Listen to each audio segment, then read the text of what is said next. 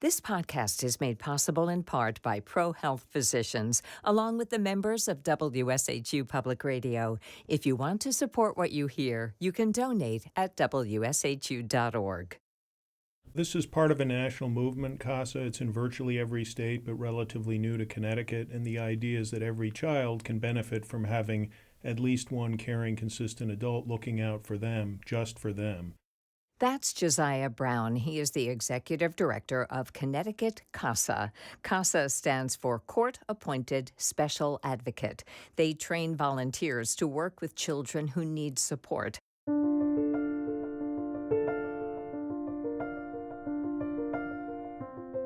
I'm Randy Kay, the host of the podcast Good at Heart, where we have conversations with people who quietly make the world better. Josiah is one of three guests joining us on this edition of Good at Heart. We also have... My name is Sarah Weingarten, and I am a foster parent in Connecticut. And a board member, correct? And a board member of Connecticut CASA. And Lily. I am a young woman looking to advocate for foster voices and foster youth. Josiah, Sarah, and Lily are dedicated to improving the lives of children and teens living with abuse and neglect. Josiah says CASA is designed to expand that mission by getting more people involved. So young people, whether in foster care or protective supervision, have many professionals involved in their lives, such as social workers and attorneys. But our volunteer advocates build a relationship through regular visits and also connect the child and often the family to various resources and services such as after school or summer or birth to three programs, and periodically make recommendations to judges to inform their decisions about the children's best interests. So they're not technically guardians or conservators. The ideal idea, I guess, is for them to be consistent throughout that child's life, no matter which foster care they're in. Is that correct? Yes. So we ask our volunteers to make a commitment of at least 18 months before they begin the training. And cases vary widely. Some go for 6 or 12 months. Some go for 2 or 3 years. And we don't want our volunteers to be another adult quickly in and out of a child's life. So that stability is important.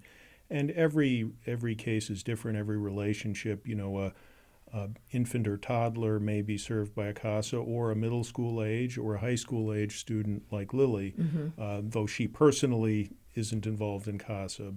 It really depends, and the idea is that there should be an individualized decision, personalized for that child and that family, so the judge can go beyond what may appear in a case file. All right. So Sarah, your side of this is a little bit different, right? Yes. So I have been a foster parent since 2020. I help youth from age 10 onward in my home. I'm a licensed foster parent through the Department of Children and Families. And a few years ago, I decided I wanted to be part of a bigger program so I could help more youth involved in foster care. So I became a donor to CASA and recently joined their board so that I could help ensure that youth in care or protected custody could have a consistent caring adult who's just advocating for their best interests. So Lily, tell us about your interest in CASA or your experience, whatever you want to say right now. Well, I don't have a CASA advocate, but from what I've seen and what I've heard when I went to their open house with my foster mom, Sarah, I really enjoyed the movie that they played, about how foster care, it's different for everybody, how they got taken and stuff like that, but how you overcome it as well. I understand that you're about to go off to college. Can you say a little bit about that? Well, it's a really big step in my life because I am a first-generational minority college student. My parents did not have the luck of going to college, so it just means all the more to me, and that DCF is helping that, and I have so much support behind that is really great for me. I'm so happy to be blessed to be accepted in over 13 colleges, and then to go to St. John's is even bigger.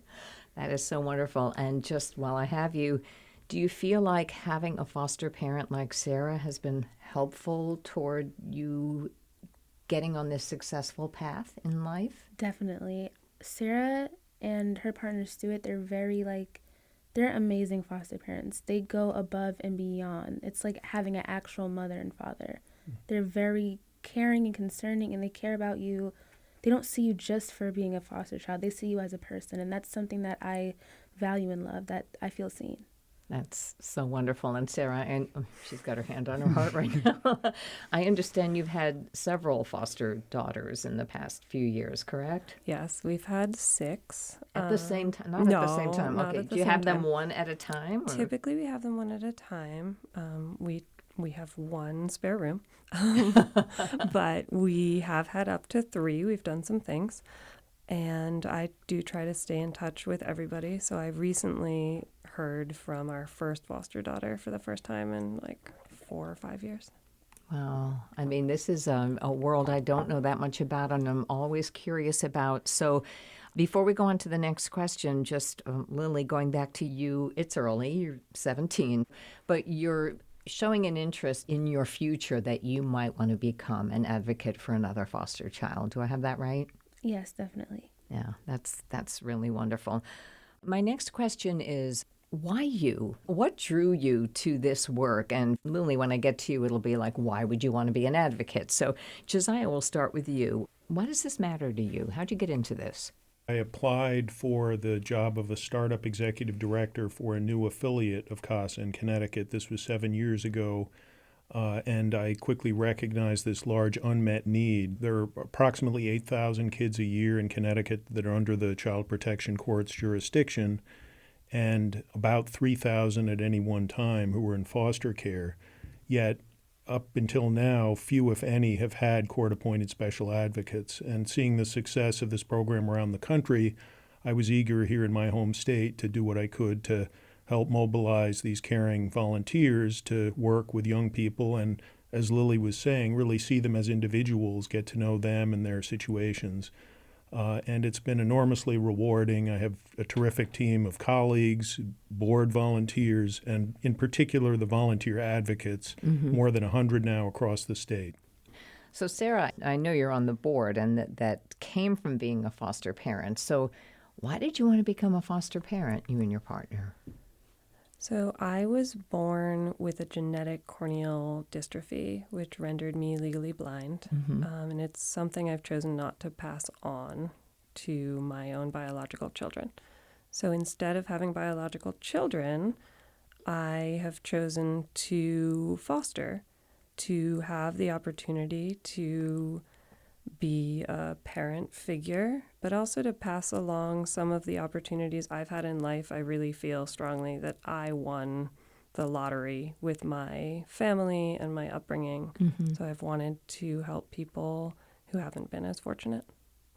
And Lily, when you graduate college or whenever this happens, why would you want to become an advocate? I would want to become an advocate because having a voice is the most important thing to me. Like, I feel like a lot of stuff goes unseen and like unheard of because people aren't getting that exposure. And to be somebody that was in the foster system and that has seen both sides of the coin, good and bad, I feel like I would make an amazing advocate for foster kids that are in need, that just need to pick me up, just to offer that place of, I see you, like you're here. Wow. Makes me want to become a social worker. Do I have time to start a new career?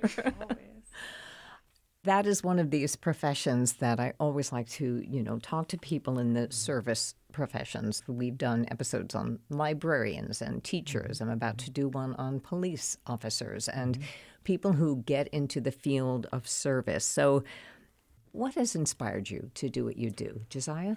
Well, in terms of a quote, I would say there's one that comes to mind from the scholar and activist W.E.B. Du Bois. Never be satisfied with sitting down before a great human problem and saying nothing can be done. We must do something. That is the reason we are here on earth. And I've found that to resonate and to motivate me. And my own parents have been great inspirations. My mom is an immigrant, grew up during World War II and its aftermath in poverty in Europe, and then became a very active citizen in our community in Connecticut. And my dad was a civil rights volunteer, was at the March on Washington, and so certainly they've been my biggest sources of influence. Thank you. Sarah, how about you? My family has been a huge source of inspiration. My mother was one of the first women to attend Wharton School of Business, Good for and her. used that know-how to volunteer and do the books for not-for-profits locally, including a local child care center. My parents have a scholarship that they have endowed to Westchester Community College. So they've always instilled in me the importance of helping others. My late brother also always saw the need to help those less fortunate than us and would routinely hand out $20 bills to people on the streets of New York City and lived his life looking for how to help everybody else. Wow. I narrate audiobooks when I'm not doing this, and I narrated one on kindness. And the author's Donna Cameron, I believe. And what I took away from that is when there's kindness, like your brother giving a $20 bill, three people benefit: the giver, the receiver, and the witness. Anyone who sees kindness gets that. And that's, at the heart of this podcast as well. So leading by example, certainly. Lily, anything that, is there a quote you live by or anything that kind of inspires you that you want to share? There's not really a quote that I live by, but just seeing how much support there is and how much people care for me and other foster kids that are unfortunately or fortunately in the system, it inspires me to give the love that I'm receiving back, like giving back to my community, basically. So everything that Sarah has done for me, hearing CASA's story, and like my little brother, just all that experience. Sometimes like in foster care, like it gets dark, and just having like that one spark of hope of like a voice and that people are here for you, like it's motivated me to just not give up. So I want to be that person for somebody else. Now, see, you've just given me a quote that I can use. So, would you say a lot depends on who your foster parent is in this system? Well, I feel like it depends on who your community is, more so. But Okay. definitely your foster parents, because I've had good foster parents, and I've had bad ones. I feel like your setting really affects your mental, So being in a great, amazing foster house, like it's motivated me to go above and beyond and, like for my future and stuff like that. So just having the motivation of Sarah and Stuart behind me and pushing me, it makes me feel like, wow, like I got this. Like what's stopping me? Thank you. Okay, so let's talk about CASA and how people can help CASA now. We're always looking for more volunteers. You have to be at least 21. You have to make the commitment of 18 months or more, as I said. Our volunteers range in age from 21 to about 80. And what does an advocate do? So you, of course, have to undergo background checks, and, there's an application and training process, but it's all quite feasible. And then once you are assigned a case, you commit to typically 10 or 15 hours a month, as I say, at a minimum visiting the child once a month, and then often working with also the social worker, if there are foster parents, communicating with them.